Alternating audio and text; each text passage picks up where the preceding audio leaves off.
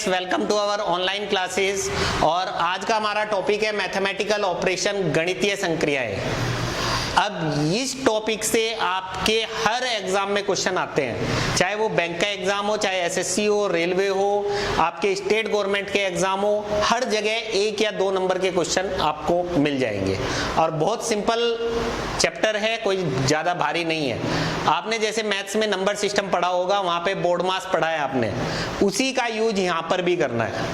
अब बोर्ड मास की full form आप लोगों को पता होगी, नहीं पता है तो हम बता देते हैं अभी।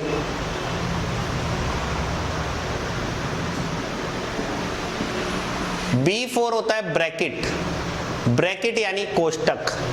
अगर किसी भी समीकरण में, मान लो ये समीकरण इक्वेशन है, अगर इसमें कोष्टक वाला पार्ट आता तो सबसे पहले हम कोष्टक वाला पार्ट सोल्व करते। उसके बाद ऑफ, ऑफ का मतलब होता है का, यानी ब्रैकेट के बाद हम का वाला पार्ट सोल्व करेंगे। D4 डिवीजन, डिवीजन यानी भाग, उसके बाद हम भाग वाला पार्ट सोल्व करेंगे। M4 मल्टीप्लाई, मल्टीप्लाई यानी गुणा वाला, तो भाग के बाद गुणा वाला पार्ट सोल्व किया जाएगा। फिर एडिशन, एडिशन यानी योगफल, उसके बाद सब्ट्रैक्शन, सब्ट्रैक्शन यानी घटा। इसी ऑर्डर में आपको हमेशा चलना है, क्योंकि अगर मान लीजिए मैं इक्वेशन ले लूं कोई इस तरीके से, 4 - 3 × 2 + 1। अब इसका आंसर अगर आपने निकाला, 4 में से 3 गया तो 1, 1 × 2 किया तो 2, और 2 में फिर 1 जोड़ा तो आपके अनुसार कितना आएगा, 3। लेकिन आपको अपने अनुसार नहीं चलना है, बोर्ड मास के अकॉर्डिंग चलना है। बोर्ड मास में क्या कहा है कि पहले मल्टीप्लाई वाला पार्ट, तो मल्टीप्लाई वाला पार्ट, ये वाला पार्ट पहले सोल्व किया जाएगा। तो ये क्या आएगा, 4 - 3 दूनी 6 + 1। उसके बाद प्लस वाला, क्योंकि प्लस अब इसके आगे कोई निशान नहीं लगा हुआ है, तो इसका मतलब यहाँ पे प्लस होता है। तो प्लस वाली संख्या एक साथ जोड़ी जाएगी, तो 4 और 1 5 -6। फिर 5 में से 6 घटाओगे तो इसका आंसर क्या आएगा गाइस, -1 आएगा। तो ये पैटर्न आपको फॉलो करना है इन क्वेश्चंस में। अब इसने क्या है, अगर देखो मैथ्स में क्वेश्चन आता है तो सिंपल ये लाइन आ जाती है कि इसका आंसर फाइंड कीजिए। लेकिन अगर ये क्वेश्चन रीजनिंग में आता है तो वो कंडीशंस दे देता है कि प्लस का अर्थ क्या है, minus, plus denotes minus, minus का अर्थ है गुणा, माइनस डिनोट्स मल्टीप्लाई, गुणा का अर्थ है डिवाइड, मल्टीप्लाई डिनोट्स डिवाइड, भाग का अर्थ है प्लस, डिवाइड डिनोट्स प्लस। अब आपको प्लस की जगह क्या करना है, माइनस रखना है, माइनस की जगह क्या करना है, मल्टीप्लाई रखना है, मल्टीप्लाई की जगह क्या रखना है, भाग, और भाग की जगह क्या रखना है, प्लस। अब इसमें तो ये इसने सिंबल दिए, कई बार ये यहाँ पे अल्फाबेट्स भी यूज कर लेता है कि A का अर्थ है माइनस, B का अर्थ है मल्टीप्लाई, और यहाँ पे फिर ABCD ऐसे लिख देता है। वो क्वेश्चन भी अभी हम कराएंगे, तो इसलिए ABCD देख करके कंफ्यूज नहीं होना है पेपर में कि हाँ सर ये ABCD कहाँ से आ गया। उनकी जगह जो उसने बोला है वो रखते जाइए बस। तो देखिए यहाँ पे इसने डिवाइड का सिंबल है, डिवाइड को क्या बोला इसने, प्लस, तो यहाँ पे हम क्या करेंगे, प्लस का निशान रख देंगे। मल्टीप्लाई का सिंबल है, मल्टीप्लाई को क्या बोला इसने, डिवाइड, तो यहाँ पे हम डिवाइड का सिंबल रख देंगे। माइनस, माइनस का अर्थ क्या बोला इसने, मल्टीप्लाई, तो माइनस की जगह पे हम मल्टीप्लाई का सिंबल रख देंगे। प्लस का मतलब क्या बोला गया है, माइनस, तो यहाँ पे प्लस की जगह क्या कर देंगे, माइनस वाला सिंबल रख देंगे। अब according to BODMAS, BODMAS के अकॉर्डिंग चलना है तो सबसे पहले भाग वाला पार्ट सोल्व होगा, यानी ये वाला पार्ट सबसे पहले सोल्व किया जाएगा। तो 24 से इसे मैं भाग करूं तो 24 एकन 24, बचे कितने, 12, 12 और 0 कितना हो गया, 120, 24 पंजे 120। तो 360 को अगर आपने 24 से भाग किया तो कितना आ गया, 15। अब भाग के बाद गुणा वाला पार्ट, तो 15 × 4 है, तो 15 × 4 करेंगे तो कितना आ जाएगा, 60, यानी इन दोनों को गुणा कर दिया तो ये कितना आ गया, 60। तो एक लाइन बढ़ा देते हैं, 40 + 60 - 18, ये इक्वेशन बन गई। अब 60 और 40 को जोड़ोगे तो कितना हो जाएगा, 100, और 100 में से आप 18 घटाओगे तो कितना आ जाएगा, 82। तो गाइज इस क्वेश्चन का आंसर आ जाएगा 82। नेक्स्ट सेकंड क्वेश्चन देखते हैं इसके ऊपर। इसमें कहा है यदि m का अर्थ है डिवाइड, k का अर्थ है माइनस, t का अर्थ है गुणा, r का अर्थ है प्लस, तो इस इक्वेशन का रिजल्ट क्या आएगा? तो गाइज आपको ज्यादा कंफ्यूज होने की जरूरत नहीं है, अल्फाबेट देख करके इसने जो बोला है वो कर दीजिए बस। आप m की जगह पे क्या करना है, आपको डिवाइड रखना है, तो m की जगह पे डिवाइड रख दीजिए, यहाँ पे डिवाइड आ जाएगा। k की जगह पे क्या रखना है, माइनस, यहाँ माइनस रख दीजिए। t की जगह पे मल्टीप्लाई रखना है, यहाँ मल्टीप्लाई रख दीजिए, और r की जगह पे प्लस रखना है, यहाँ प्लस रख दीजिए। अब मैंने आपको बताया बोर्ड मास के अकॉर्डिंग चलेंगे तो सबसे पहले भाग वाला पार्ट सोल्व होगा, तो भाग का निशान इन दोनों के बीच में है, इन दोनों के बीच में है, तो 8 को 4 से भाग करेंगे तो कितना आ जाएगा, 2 आ जाएगा। फिर भाग के बाद हमें गुणा वाला पार्ट सोल्व करना है, तो गुणा का निशान 16 और 2 के बीच में है, तो 16 और 2 को गुणा करोगे तो कितना आ जाएगा, 32। और इधर 20 माइनस लिख देते हैं, एक इक्वेशन बना देते हैं, 20 माइनस 32 प्लस 6। अब उसके बाद प्लस वाला पार्ट सोल्व करेंगे तो 20 और 6 26, और 26 में से 32 माइनस करेंगे तो 26 में से 32 घटाया जाएगा तो क्या आएगा, -6। तो गाइज इस क्वेश्चन का आंसर आ जाएगा 6। देखिए कई बार इस तरह का 5 क्वेश्चन का सेट भी आपके एग्जाम्स में आ जाता है, बैंक के एग्जाम में भी आ सकता है और किसी एग्जाम में भी आ सकता है। जरूरी नहीं है कि इस तरह का सेट बैंक के एग्जाम में ही आएगा, तो इस तरह के क्वेश्चन किसी भी एग्जाम के लिए बनाए जा सकते हैं। और मोस्टली बैंक वाले स्टूडेंट्स क्या होते हैं, इस तरह के क्वेश्चंस की प्रैक्टिस करके जाते ही नहीं है, क्योंकि ये क्वेश्चन बहुत कम आते हैं। लेकिन हमें हर तरह का क्वेश्चन करके चलना है, चाहे वो कम आता हो या ज्यादा आता हो। क्लियर? पता चले ये पेपर में आ गया, आप देखोगे सर हमें तो ऐसे क्वेश्चन आपने कराए नहीं थे, आप छोड़ के आ जाओगे।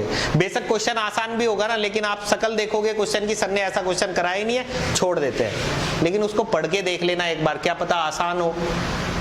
जो हो सकता है जितने पैटर्न अभी तक बैंक के आए हैं, जितनी भी बुक्स आपने पढ़ी है या किसी भी कोचिंग पे या किसी भी टीचर ने आपको पढ़ाया है, बैंक का ऐसा कोई फंडा नहीं है कि फिक्स वही पैटर्न आएगा, वो पैटर्न चेंज भी कर सकता है।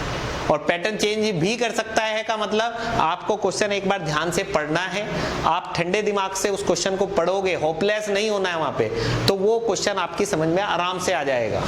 क्योंकि क्वेश्चन आसान होते हैं, बस थोड़ा सा घुमा देता है एग्जामिनर, तो इसलिए क्वेश्चन ध्यान से पढ़ लेना। अब देखो ये क्वेश्चन भी आपको लग रहा होगा XYZ है, और बैंक वाले स्टूडेंट्स क्या है, XYZ देखते ही घूम जाते हैं, सोचते हैं बीज गणित आ गई।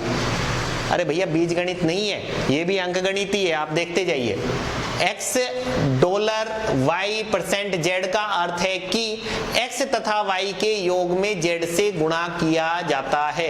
यानी यहाँ पे क्या करना है, डॉलर का सिंबल आ गया तो x और y को हम जोड़ेंगे, और यहाँ से इन दोनों का जो योगफल आएगा उसमें हम क्या कर देंगे, z से गुणा कर देंगे। इस स्टेटमेंट का मतलब यही है, x तथा y के योग में z से गुणा करना है। ऐसी अगर इस तरह की स्टेटमेंट आ गई तो यहाँ पे x hash y star z का अर्थ है x minus y upon z, यानी x में से y को घटाना है और फिर इसका जो रिजल्ट आएगा उसको z से डिवाइड कर देना है। ऐसे यहाँ पे x at the rate y copyright z का अर्थ है कि y को z से डिवाइड करना है, y को z से डिवाइड करना है और x उसमें प्लस कर देना है। ऐसे x dot y lambda z का अर्थ है y z minus X, Y Z मतलब y और z को क्या करना है, एक साथ लिख देना है और माइनस क्या कर देना है, x माइनस कर देना है यहाँ पे। ठीक है, अब देख लेते हैं इसका यूज यहाँ पे। अब यहाँ पे देखिए कौन सी कंडीशन लग रही है, ये हैश है, ये स्टार, हैश और स्टार वाली कंडीशन किसमें है, सेकंड कंडीशन। सेकंड कंडीशन में क्या कहा इसने, x minus Y upon Z, यानी 20 माइनस 10, 20 माइनस 10 यानी 10, और 10 को 2 से डिवाइड करूं तो 5, तो m की वैल्यू, m का मान कितना है 5, 5 आप यहां पर रख देंगे, 5 डॉट 6 लैम्डा 4। अब डॉट और लैम्डा किसी स्टेटमेंट में है, यहाँ पर है, तो यहाँ पे देखो y z को एक साथ लिखा गया है, यानी y और z की मल्टीप्लाई करनी है और उसमें से x को माइनस कर देना है। तो y और z की मल्टीप्लाई करनी है, यानी 6 चौक 24, और 24 में से 5 माइनस कर दोगे तो 19। तो गाइस इस क्वेश्चन का आंसर आ जाएगा 19। क्वेश्चन बहुत आसान है, बस देखने में आपको टफ लगते हैं। अब देखिए यहाँ पे डॉलर और परसेंट, डॉलर और परसेंट ये रहा, और इसका मतलब हमें पता है x तथा y के योग में z से गुणा करना है, यानी 60 और 20 80, 80 में 4 से गुणा कर दोगे तो 320, तो इसकी वैल्यू कितनी आ गई 320। अब 320 आप यहाँ रख दोगे सॉरी 320 n की जगह पे यहाँ पे रख दोगे 320 एट द रेट, और कॉपीराइट का मतलब क्या है, एट द रेट और कॉपीराइट यानी वन को y को z से भाग करना है, तो y को z से भाग करना है यानी 320 को 10 से भाग किया तो कितना आ गया 32, और 32 में ये 8 जोड़ देंगे तो 32 और 8 40। तो गाइस इस क्वेश्चन का आंसर आ जाएगा 40। नेक्स्ट देखिएगा डॉट और लैम्डा। डॉट और लैम्डा का मतलब आप समझ चुके हैं, वाई जेड को मल्टीप्लाई करना है, एक्स घटाना है, तो 12 पंजे 60, 60 में से 15 गए तो 45, पी का मान 45 आप यहाँ रख देंगे। डॉलर और परसेंट का मतलब आप समझ चुके हैं कि एक्स और वाई को जोड़कर जेड से गुणा करना है, तो 12 और 4 को जोड़ेंगे तो 16, एक्स और वाई को जोड़कर जेड से गुणा करना है तो 12 और 4 16, 16 को 45 से गुणा करोगे तो 16 पंजे 80 की 0, 80 लगे 8, 16 चुके 64 और 8 72। तो गाइस इस क्वेश्चन का आंसर आ जाएगा 720।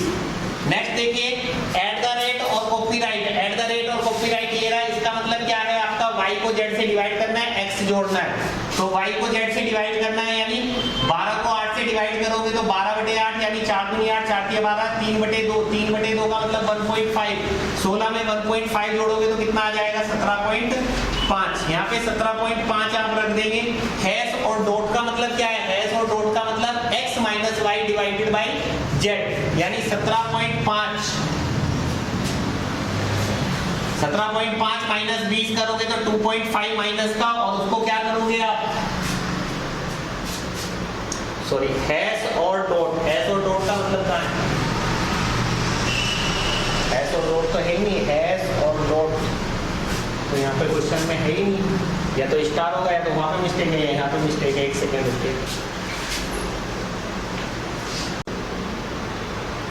अच्छा गाइस इसमें देखो पॉइंट दिया हुआ है और मैंने अभी इसके ऑप्शन चेक किए हैं, तो पॉइंट एक ऑप्शन में आया हुआ है इसके कि तय नहीं किया जा सकता, कैन नॉट बी डिटरमाइंड। तो क्योंकि हैश और डॉट है तो हैश और डॉट में आपको कोई स्टेटमेंट दे ही नहीं रखी है, तो इसलिए आप आंसर नहीं निकाल सकते हैं। तो आप इस क्वेश्चन का आंसर टिक करेंगे, कैन नॉट बी डिटरमाइंड, तय नहीं किया जा सकता।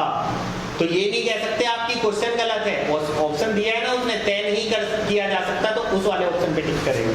हाँ वो ऑप्शन नहीं होता फिर तो ये गलत होता ही होता। चलिए अब आ जाइए इस पे डॉट और लैम्डा। डॉट और लैम्डा, डॉट और लैम्डा कहाँ पे, डॉट और लैम्डा y और z को मल्टीप्लाई करना है और उसमें से x माइनस करना है, तो 15 8 120, 120 में से 80 घटा दो 40, t का मान कितना आ गया 40, t का मान 40 यहाँ रख दो। डॉलर और परसेंट, डॉलर और परसेंट पहले वाली कंडीशन x और y को जोड़ना है और उसमें z से गुणा करना है, तो x y को जोड़ देते हैं, 40 और 5 45, 45 में 8 से गुणा करेंगे तो 45 गुणा 8, 8 पंजे 40 की 0, 80 लगे 4, 8 चौक 32 और 4 36। तो गाइस इस क्वेश्चन का आंसर आ जाएगा 360। नेक्स्ट क्वेश्चन देखिएगा, इस तरह के क्वेश्चंस भी आपको पेपर में दिखाई दे सकते हैं, और वही है क्वेश्चन देखते ही आप बेहोश मत हो जाना, ठीक है। क्वेश्चन सिंपल है, थोड़ा सा समझ लीजिए ढंग से। ये आपके मेन ऑफिसर लेवल के एग्जाम्स के क्वेश्चन हैं, पीओ लेवल के, क्लर्क लेवल में ऐसे क्वेश्चंस नहीं आते हैं। निम्नलिखित प्रश्नों में अल्फा आया है बराबर के लिए, यानी अल्फा किसको डिनोट करता है, इक्वल को। उसके बाद बीटा आया है बड़े के लिए, यानी बीटा किसको डिनोट करता है, ग्रेटर को। ये गामा का सिंबल होता है, गामा किसके लिए आया है, छोटे को डिनोट करेगा। और इसको बोलते हैं डेल, डेल का मतलब क्या हो गया, के बराबर नहीं, ठीक है। ये सिंबल्स को डिनोट करने के लिए बताया गया है कि इस सिंबल का मतलब क्या है, इस सिंबल का मतलब क्या है। अब पहला क्वेश्चन यहां से चालू होता है आपका कि ये कंडीशन दे दी है, यदि ये 6x अल्फा 5y, दूसरी स्टेटमेंट 2y बीटा 3z हो, तो आपको बताना है कौन सा ऑप्शन सही होगा। तो देखिए 6x अल्फा है, तो यहाँ पे अल्फा का मतलब क्या बोला है इसने, बराबर, अल्फा की जगह मुझे बराबर रखना पड़ेगा। और यहाँ बीटा का मतलब क्या बोला है इसने, बड़ा, यानी 2y बड़ा है किससे, 3z से। अब देखिए यहाँ पे 5y है और यहाँ 2y है, तो अगर मैं यहाँ पे दोनों जगह पे सेम बनाना है तो मैं 2 से तो इधर गुणा कर दूं और 5 से इधर गुणा कर दूं। 2 से इधर गुणा करेंगे तो ये कितना हो जाएगा, 6 दूनी 12x, और ये कितना हो जाएगा, 5 दूनी 10y। ऐसे ही यहाँ 10y बनाना है तो 5 से गुणा करोगे तो ये 10y हो जाएगा और ये 15z हो जाएगा, क्योंकि 5 से दोनों तरफ गुणा करनी पड़ेगी। अब 10y किसके बराबर हो गया, 12x के बराबर, तो 10y की जगह हम यहाँ पे क्या रख देंगे, 12x। अब x में क्यों कन्वर्ट किया, क्योंकि ऑप्शन आप देख लीजिए x और z में है सारे ऑप्शन, x और z की टर्म्स में सारे ऑप्शन दिए हुए हैं, तो इसलिए मुझे इस स्टेटमेंट को x और z की टर्म में बदलना था। अब अगर मैं इसको काटूं तो देखोगे आप 3 से काटा 3 चौक 12 और 3 से काटा 3 पंजे 15, यानी ये क्या आ गया 4x और बीटा कितना 5z, यानी 4x किससे बड़ा है 5z से बड़ा है। अब 4x आपको इस ऑप्शन में नहीं दिख रहा है, इसमें नहीं दिख रहा है, इसमें दिख रहा है और इसमें दिख रहा है। अब देखिए यहाँ 4x और ये 3z है, यहाँ पे भी 4x और 3z है, ठीक है, तो दोनों ऑप्शन ये एक जैसे ही हो गए, तो दोनों ही सही हो जाएंगे इस तरीके से। तो देखो 4x से बड़ा है किससे 5z से, अगर 4x 5z से बड़ा होगा और 3z क्या है 5z से छोटा ही है, तो जब 5z से बड़ा है तो 3z से भी क्या होगा बड़ा ही होगा। तो गाइज इस क्वेश्चन का आंसर आ जाएगा आपका फोर्थ ऑप्शन भी सही है और थर्ड ऑप्शन, ये रिपीट हो गए हैं, दोनों सेम लिखे गए हैं, मिस्टेक हो गई होगी लिखने में, कोई प्रॉब्लम नहीं है। तो ये 4x क्या आ गया ग्रेटर देन 3z, यानी इस क्वेश्चन का आंसर आ जाएगा आपका फोर्थ ऑप्शन।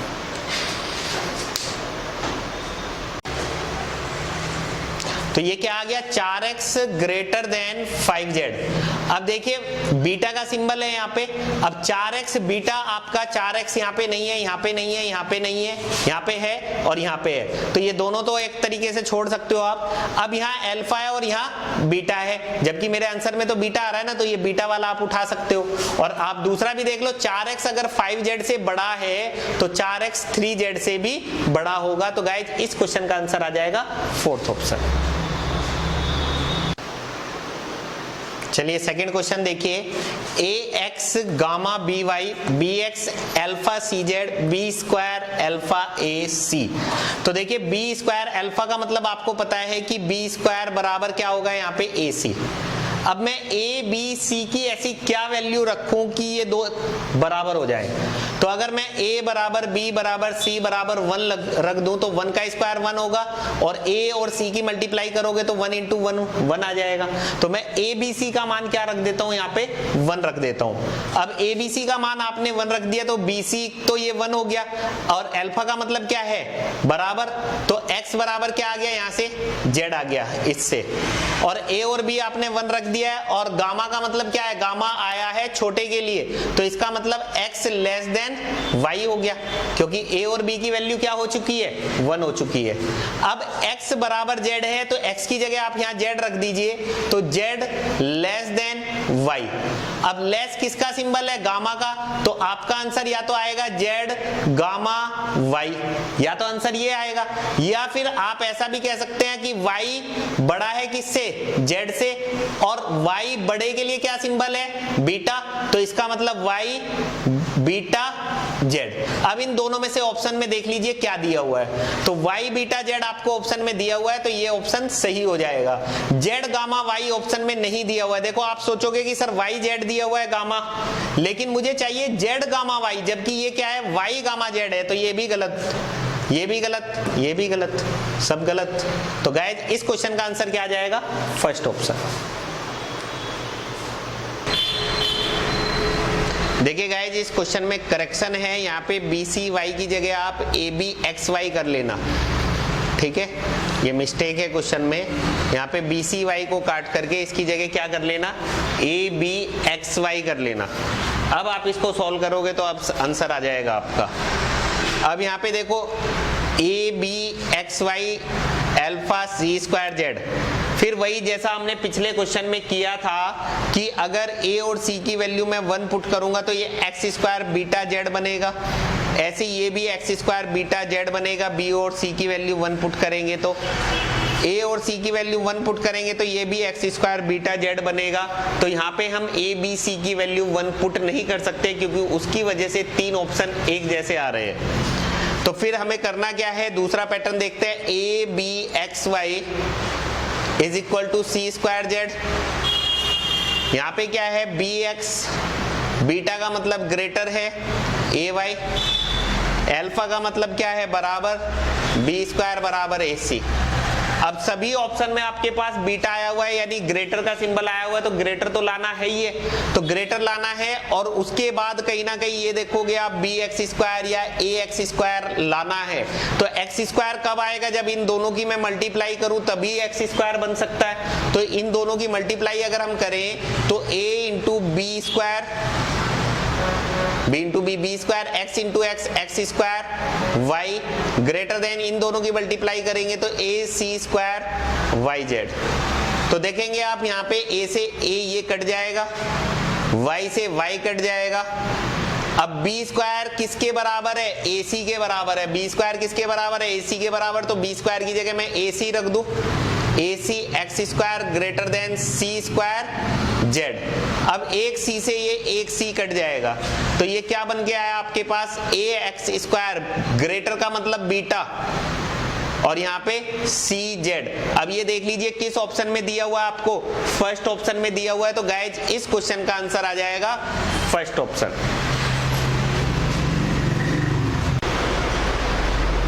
देखिए गाइज इस क्वेश्चन में भी करेक्शन है, यहाँ पे एनसीयू लिखा हुआ था क्वेश्चन में, बीसीवाई आएगा यहाँ पे। अब आप लोग ये मत सोचना कि सर क्वेश्चन में करेक्शन थी तो आपने ये वीडियो अपलोड ही क्यों किया, डायरेक्ट क्यों बनाया।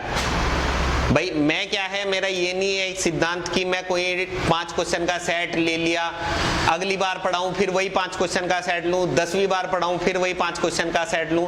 रीजनिंग में ऐसा काम नहीं है। मैथ्स में तो हम क्या है कि R S Agarwal book follow करते हैं, तो उसमें तो एक एक पता है कि हाँ भाई इस क्वेश्चन में यहाँ मिस्टेक है। लेकिन रीजनिंग में पढ़ाते वक्त मैं क्या करता हूँ कि किसी भी बुक से कोई भी 5-5 क्वेश्चन के सेट उठा लेता हूँ बैंक के एग्जाम्स के लिए। अब जैसे ये 5 क्वेश्चन का सेट किसी ना किसी बैंक के एग्जाम में आया हुआ था, तो इसलिए मैंने उठा लिया। अब मैंने क्वेश्चन पहले बना के भी नहीं देखा कि हाँ भाई इसका आंसर क्या आएगा क्या नहीं आएगा, वो तो अब आपके सामने पहली बार बना के देख रहा हूँ तो पता चल रहा है क्वेश्चन में ही गलती है। ठीक है, तो इसलिए अब बन गई है वीडियो तो अपलोड तो करनी है। अब NCU तो यहाँ पे क्या आएगा? BCY आएगा, ये करेक्शन कर लेना, बाकी सब कुछ सही है इस क्वेश्चन में। तो पहले का मतलब क्या हुआ? BCY। गामा का मतलब क्या बताया गया आपको? गामा आया है छोटे के लिए, यानी छोटा AX, ये लाइन बन गई। दूसरे में CY is equal to BZ, alpha का मतलब बराबर है। तीसरा A square less than BC।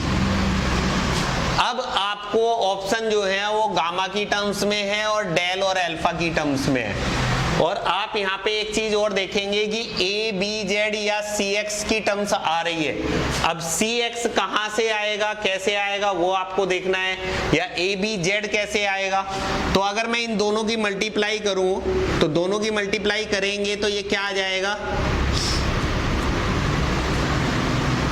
A square BCY less than ABCX।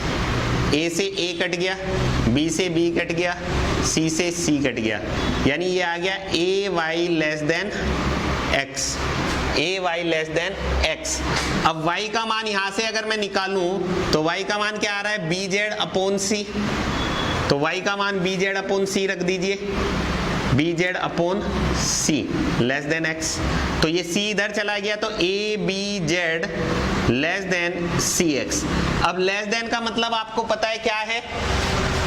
Less than का मतलब क्या है? गामा।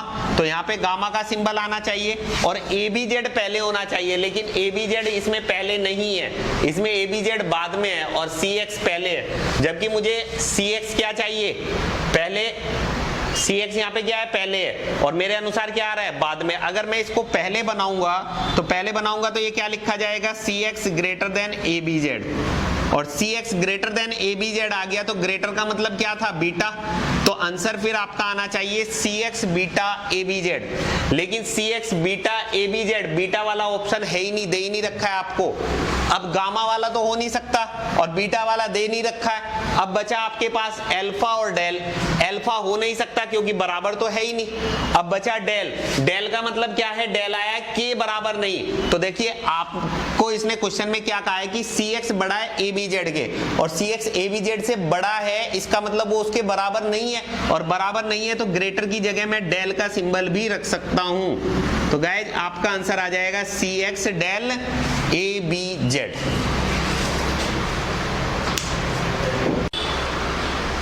देखिए इस ऑप्शन में आपको क्या दिख रहे हैं, एक्स वाई जेड दिखाई दे रहे हैं सारे ऑप्शन में। और एक्स वाई जेड कब आ सकते हैं, एक्स वाई और जेड इधर है, यानी अगर मैं तीनों इक्वेशन को मल्टीप्लाई करूं तभी एक्स वाई जेड बन पाएगा।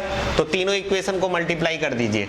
और इस अल्फा का मतलब तो आपको पता ही है क्या है, बराबर। तो अल्फा की जगह बराबर, तो A square X into C Z X, A square X into C Z X into C square Z. Alpha का मतलब बराबर हो गया, उधर B Y Z, B square Y, A X Y, यही बनेगा। बस इसको सॉल्व कर लीजिए। बराबर का मतलब यहाँ पे अल्फा ही रख दो, क्योंकि सारे ऑप्शन में कहीं ना कहीं हो सकता है अल्फा ही आएगा, क्योंकि बीटा वगैरह तो आ ही नहीं सकता बराबर है तो। अब यहाँ पे आप काटोगे तो x से ये x कट जाएगा, उसके बाद आपका इस z से ये z कट जाएगा, बी वाई ये तो इधर है ही नहीं, बी स्क्वायर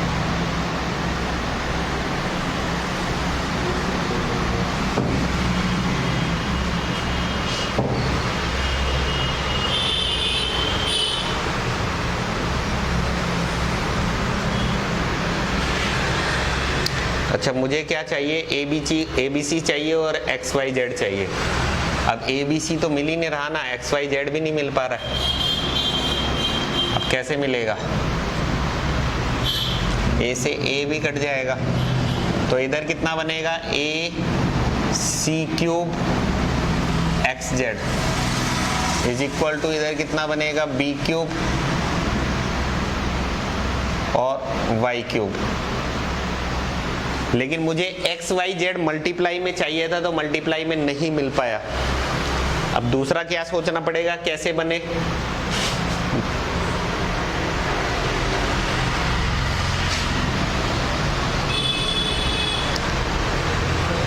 तो अगर ये लिखा जाए A square X is equal to B Y Z, और इसको मैं ये बराबर है तो मैं ये बी स्क्वायर वाला पार्ट पहले लिख लेता हूं, बी स्क्वायर वाई बराबर सी एक्स जेड, ठीक है। इधर C square Z is equal to A X Y. तो अगर अब इधर मल्टीप्लाई करेंगे तो कहीं ना कहीं एक्स वाई जेड मिल जाएगा। अब देख लेते हैं मल्टीप्लाई करके, तो A square B square C square X into Y into Z X Y Z मिल गया ना। बस यहाँ पे मैंने क्या चेंज किया है कि सी जेड एक्स था बराबर बी स्क्वायर वाई, तो बी स्क्वायर वाई बराबर मैंने क्या किया, बी स्क्वायर वाई बराबर सी जेड एक्स कर दिया, और फिर लेफ्ट हैंड वालों की मल्टीप्लाई आपस में, राइट हैंड वालों की आपस में। इधर क्या बनेगा, A into B into C A B C, और इधर X into X X square, Y into Y Y square, Z into Z Z square. तो आपको ये चीजें देखनी पड़ेगी कि कैसे बन पा रहा है। अब जैसे मैंने पहले वाले से किया उससे नहीं बन पाया एक्स वाई जेड, तो फिर मैंने दूसरा पैटर्न लगा के किया। ये प्रॉब्लम आपके साथ भी आ सकती है, तो इसलिए देखना पड़ेगा कि कैसे बनेगा।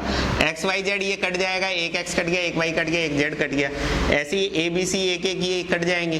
तो इधर क्या बचा, ए बी सी बराबर एक्स वाई जेड, और बराबर का मतलब क्या है, अल्फा, तो यहाँ पे अल्फा आ जाएगा। तो A B C alpha X Y Z. तो गाइज इस क्वेश्चन का आंसर आ जाएगा थर्ड ऑप्शन। देखिए नेक्स्ट क्वेश्चन देखिए, यह दिया गया है कि ए के समान का सूचक है। ए का मतलब है समान यानी बराबर, बी के समान नहीं का सूचक है यानी बी बराबर नहीं है, सी से बड़े का सूचक है, सी बड़ा हो गया, डी से छोटे का सूचक है तो डी का मतलब छोटा हो गया, ई से बड़ा नहीं का सूचक है यानी ये हो गया, एफ का मतलब छोटा नहीं का सूचक हो गया। तो अब फर्स्ट क्वेश्चन दिया हुआ है कि ए सी बी डी सी नहीं सूचित करता है, नहीं बताना है। तो देखिए सी और डी का मतलब क्या है, सी का मतलब ग्रेटर और डी का मतलब क्या है, स्मॉल, यही है। अब आप देखेंगे कि सी और बी के बीच में ये क्या आ रहा है, छोटे का सिंबल है, सी से बी चलोगे तो बड़े का सिंबल हो जाएगा, और बड़ा किससे डिनोट किया जा रहा है, सी से, तो सी और बी के बीच में सी आ रहा है। बी और ए के बीच में, बी से ए जाना है तो बी से ए जाएंगे, तो ए से बी में ये बड़े का सिंबल था तो बी से ए जाएंगे तो बड़ा किस में चेंज हो जाएगा, छोटे में। और छोटा किससे डिनोट किया जा रहा है, डी से, तो बी और ए के बीच में डी आ जाएगा। तो इसका मतलब ये तो सही हो रहा है, जबकि इसने क्वेश्चन में क्या पूछा है कि कौन सा सही नहीं है। तो ये वाला देखते हैं, अब बी से ए के बीच में जाना है तो बी से ए के बीच में आपका ये देखो यहाँ पे डी आया था, यहाँ पे भी डी आ गया, ये वाला डी वाला तो सही है। ए और सी के बीच में क्या आएगा, तो ए और सी के बीच में देखो, ए और सी के बीच में यहाँ पे ग्रेटर है और यहाँ पे स्मॉल है। और मैंने आपको कोडिंग इनइक्वालिटी वाला चैप्टर पढ़ाया है, उसमें बताया कि दो अपोजिट साइन आते हैं तो कभी भी उनमें कोई निष्कर्ष नहीं निकलता है, तो ये वाला गलत हो जाएगा। और यही पूछा है इसने कि गलत कौन सा है, यानी सूचित कौन सा नहीं करता है, तो इसीलिए इस पे टिक करोगे तो ये वाला आंसर आ जाएगा। अब आप कहोगे कि सर ये दोनों सही कैसे हैं, इनको भी प्रूव करो, तो प्रूव कर देते हैं। बी से ए के बीच में जाना है तो बी से ए के बीच में जाओगे तो ये ग्रेटर किस में चेंज हो जाएगा, स्मॉल में। तो स्मॉल का सिंबल आना चाहिए, लेकिन यहाँ बी का मतलब क्या दिया हुआ है, बी का मतलब बराबर नहीं। तो देख लो स्मॉल आ रहा है ना, तो बराबर नहीं है ना, तो बराबर नहीं है तो स्मॉल करो या बराबर नहीं करो, दोनों का मतलब एक ही है, ठीक है। ऐसे ही ए और सी के बीच में क्या आएगा, ए और सी के बीच में भी हम कोई निष्कर्ष नहीं निकाल, देखो यहाँ पे ए और सी में हमें या तो बड़ा होगा या छोटा होगा या बराबर होगा, कुछ भी नहीं कह सकते हैं। तो ए और सी के बीच में क्या आएगा, यहाँ पे भी वही आ जाएगा कि बराबर नहीं, क्योंकि अगर बराबर हो जाता तो फिर तो निष्कर्ष निकल जाता, तो यहाँ पे बराबर नहीं होना चाहिए, तो इसका मतलब ये भी क्या हो जाएगा, सही हो जाएगा। ऐसे यहाँ पे भी बी से सी के बीच में डी आ रहा है, वहां पे भी डी आ रहा है। सी से ए के बीच में, सी से ए के बीच में, सी से ए के बीच में क्या आ जाएगा, बराबर नहीं, क्योंकि निष्कर्ष तो निकल ही नहीं रहा ना कि छोटा है बड़ा है बराबर है क्या नहीं है, तो बराबर नहीं आ जाएगा, तो ये भी सही हो जाएगा। तो गलत कौन सा हुआ, सेकंड वाला।